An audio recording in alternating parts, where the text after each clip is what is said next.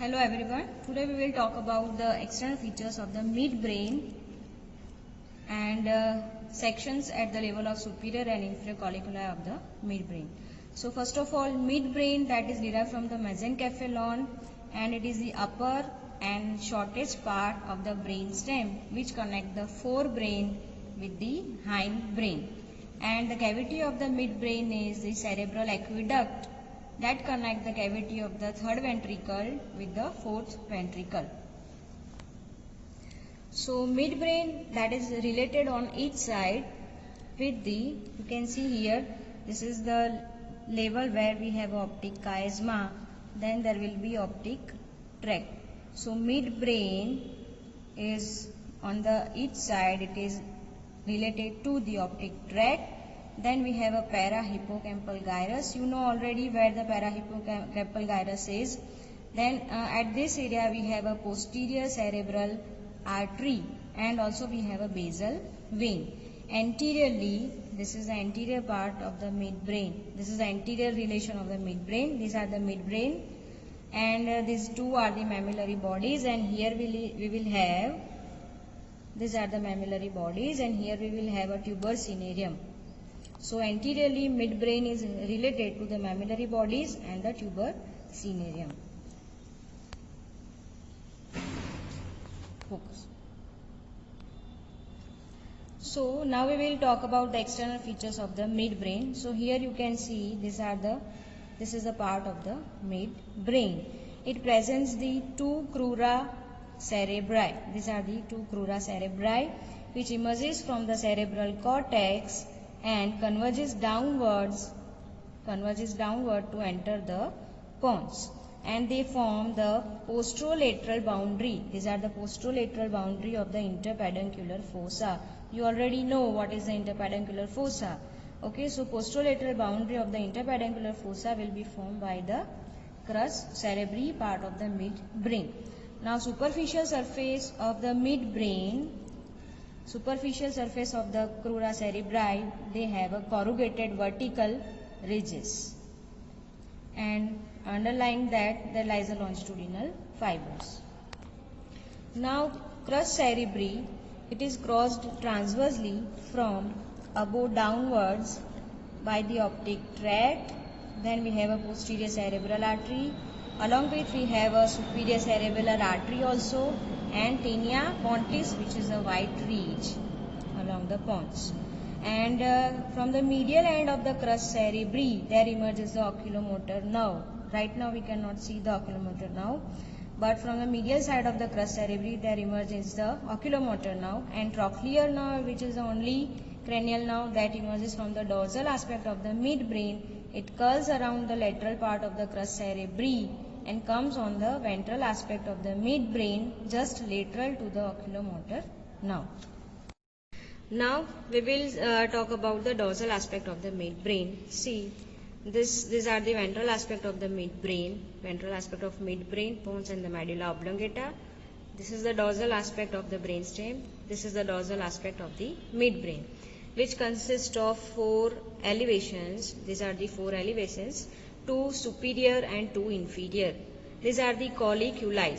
So two superior colliculi, two inferior colliculi, and these four colliculi, the four elevations, are known as corpora quadrigemina, and these four colliculi are separated by cruciform sulcus. This is the cruciform sulcus. Okay, so four colliculi are there, two superior, two inferior, separated from each other by the cruciform sulcus. Now this is the another specimen. You can see this is the ventral aspect of the, see the specimen is very dark, but this is the midbrain, this is pons, this is medulla oblongata, this is the cerebellum, and this is the dorsal aspect of the midbrain. This is the dorsal aspect of the midbrain. Okay, in which you can see we have four elevations. These are the four elevations, superior and inferior colliculi, and separated by the cruciform sulcus. Now if we trace the vertical limb of the cruciform sulcus above, so it will continue with the surface depression which lodges the pineal gland. So now this is the pineal gland. which is in relation with the upper end of the vertical limb of the cruciform sulcus. And when we trace it below, when we trace the vertical limb of cruciform sulcus below, it will continue with, this is again the dorsal surface of the, these are the dorsal surface of the brain stem. You can again see these are the colliculi, two superior and two inferior colliculi, and we have a cruciform sulcus. So vertical limb of cruciform sulcus below continue with the frenulum vellae. Now what is frenulum vellae? So see, here we have a superior cerebellar peduncles, and you know that the triangular gap between the superior cerebellar peduncle is that is closed by the superior medullary vellum, that is the nervous tissue, white sheet of the white matter. Okay, so here imaginary, if you imagine that in this gap we have a superior medullary vellum, at its dorsal surface we have a median ridge, and that median ridge is known as frenulum vellae. So vertical limb of cruciform sulcus below continue with the frenulum vellae, which is the median ridge on dorsal surface of the superior medullary vellum. Again, this is the dorsal surface, and you know what is the frenulum vellae. So trochlear nerve, which is the fourth cranial nerve, which emerges from each side of the frenulum vellae after decussation in the upper part of the superior medullary vellum. Then thereafter trochlear nerve will curl around the lateral surface of the crus cerebri of the midbrain and will come on the ventral aspect to stay along with the oculomotor nerve. Now another important things are, we have a thick white ridges that emerges from the superior and inferior colliculi. That is known as brachium. We have a superior brachium and we have an inferior brachium. From each side, two superior colliculi and two inferior colliculi will have two lateral thick extensions. These are known as brachium. So superior colliculus is connected with the superior brachium, inferior colliculus with the inferior brachium. Now superior colliculus will be connected by superior brachium to the lateral geniculate body, and so the superior colliculus is the part of the optic radiation fibers, and the inferior colliculus, it is connected via inferior brachium to the medial geniculate body, and so it is related to the auditory radiation fibers. You know that these are the colliculi, two superior and two inferior colliculi.